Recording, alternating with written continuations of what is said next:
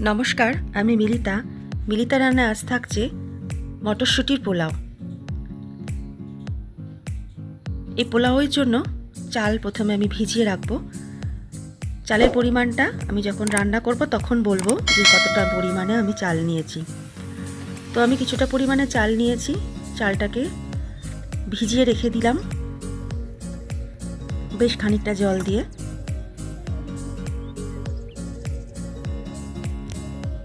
কিছুক্ষণ পর, প্রায় আধা ঘন্টা মতন পর, ঢাকা খুলে চালটাকে আমরা ভালোভাবে ধুয়ে নেব। বেশ ফুলে উঠেছে চাল। ধুয়ে নিয়ে আমরা জল ঝরিয়ে রাখবো।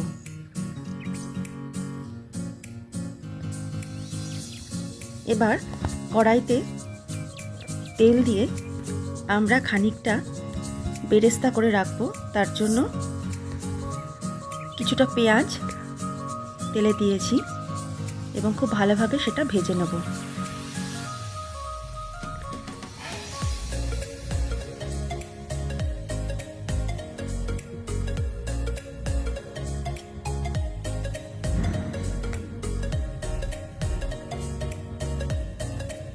বেশ লাল লাল করে ভেজে নেব আমরা পেঁয়াজটাকে। বেশ একটা মুচমুচে ভাব চলে আসবে, সেই অবস্থায় আমরা পেঁয়াজটাকে তুলে নেব।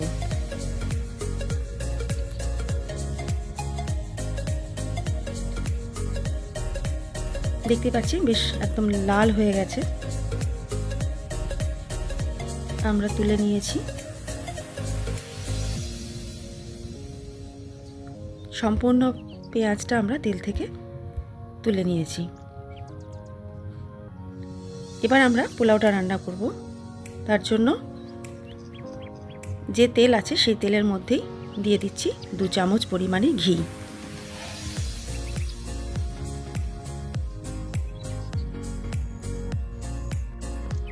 ঘিয়ের বদলে আপনারা তেলও ব্যবহার করতে পারেন, সাদা তেল অবশ্যই। এবার আমরা ফোড়ন দেব। ফোড়নের জন্য আমি এটা দোকান থেকে কিনেছি, একটা পাতা। এটা বিরিয়ানির মশলা বা পোলাওয়ের মশলা বললেই দেয়। এর মধ্যে সব কিছু মেশানো থাকে, যেমন দারচিনি, এলাচ, সামরিচ, কাবাব চিনি, লবঙ্গ, স্টার অ্যানিস এবং কিছু গোলাপের পাপড়ি আর সাজিরা থাকে। এই সমস্তগুলো একটা প্যাকেটের মধ্যেই পাওয়া যায়, দোকান থেকে আপনারা চাইলে কিনে নিতে পারেন। বড় এলাচও আছে এর মধ্যে। সবগুলো দেখানো সম্ভব হচ্ছে না হাতে নিয়ে, তাই আমি একটু সরিয়ে সরিয়ে আপনাদের দেখানোর চেষ্টা করছি যে কী কী ফোড়নে আমি দিচ্ছি।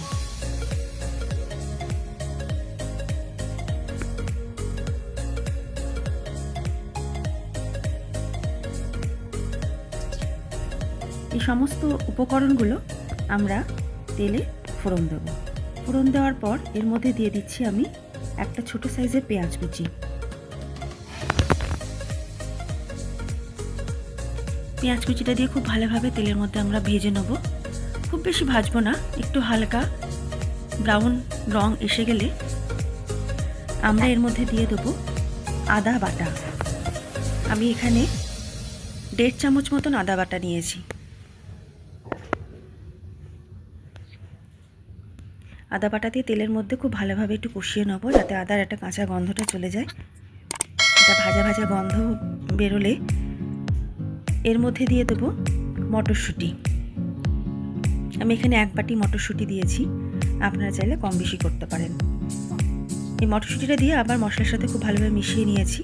নেওয়ার পরে দিয়ে দিলাম কিশমিশ এবং কাজু বাদাম। সমস্ত কিছু আবার খুব ভালোভাবে কষিয়ে নেব।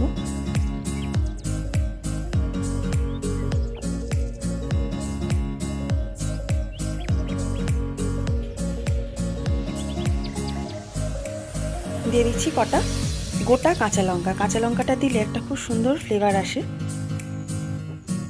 ভালো লাগে তাতে। এবার আমি দিয়ে দিচ্ছি চাল। চালের পরিমাণটা আমি পরে বলবো বলেছিলাম।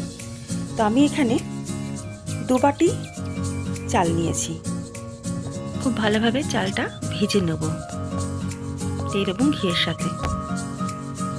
আর চালের সাথে যে পরিমাণে আমি জল বা দুধ অ্যাড করব সেটাও বলে দিচ্ছি। সেই পরিমাণে আপনারা চেষ্টা করবেন যে দিতে, তাহলে কিন্তু পারফেক্ট পোলাওটা হবে। আমি দিয়ে দিচ্ছি 1.5 বাটি মতন দুধ।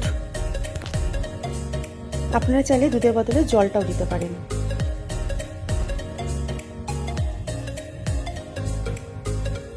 আর 1.5 বাটি জল, মোট 3 বাটি জল আপনারা ব্যবহার করতে পারেন।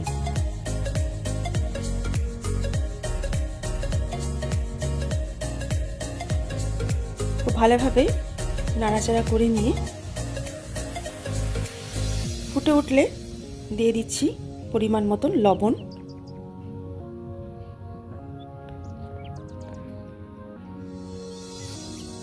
লবণটা চালের সাথে খুব ভালোভাবে মিশিয়ে নেব।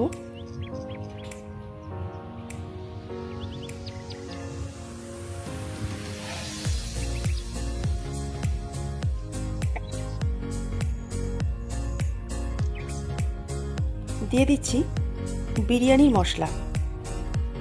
যদি না থাকে আপনাদের কাছে বিরিয়ানির মশলা, তবে সামান্য পরিমাণে গরম মশলা দিলেও হবে। এলাচ আর দারচিনি গুঁড়ো আর জায়ফল গুঁড়ো। আমি একটু সামান্য বিরিয়ানি মশলা দিয়েছি। দিয়ে সম্পূর্ণ চালের সাথে এবং জলের সাথে মশলাটা ভালোভাবে মিশিয়ে নিয়েছি। নিয়ে আমরা ঢাকা দিয়ে রাখবো। একদম হালকা আঁচে ঢাকা দিয়ে রাখবো 10 মিনিটের মতন। 10 মিনিট পর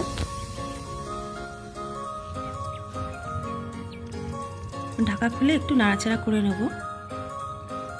কিছুটা চালটা সিদ্ধ হয়ে এসেছে, পুরোটা হয়ে আসেনি।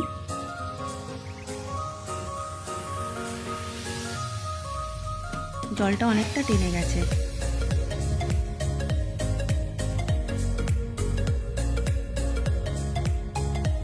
আমি আপনাদের দেখিয়ে দিচ্ছি চালটা কতটা পরিমাণে হয়েছে। পুরো সিদ্ধ হয়নি, জাস্ট হালকা সিদ্ধ হয়েছে, চালটা ভেঙে যাচ্ছে। যার জন্য এই অবস্থা আমি আরও কিছুক্ষণ 5-7 মিনিট মতন ঢাকা দিয়ে রাখবো। 5-7 মিনিট পরে ঢাকা খুলে ভাতটাকে ভালো করে এদিক ওদিক করে নাড়াচাড়া করে নেব। প্রায় 80% ভাত হয়ে এসেছে, চালটা আর কি সিদ্ধ হয়ে এসেছে। এই অবস্থায় এর উপরে ভেজে রাখা যে পেঁয়াজ, সে পেঁয়াজটা ছড়িয়ে দেব। ছড়িয়ে দেওয়ার পরে আমরা আঁচটা একদম বন্ধ করে দেব। এই অবস্থায় ঢাকা দিয়ে আমরা অপেক্ষা করব অন্ততপক্ষে 10 থেকে 15 মিনিট।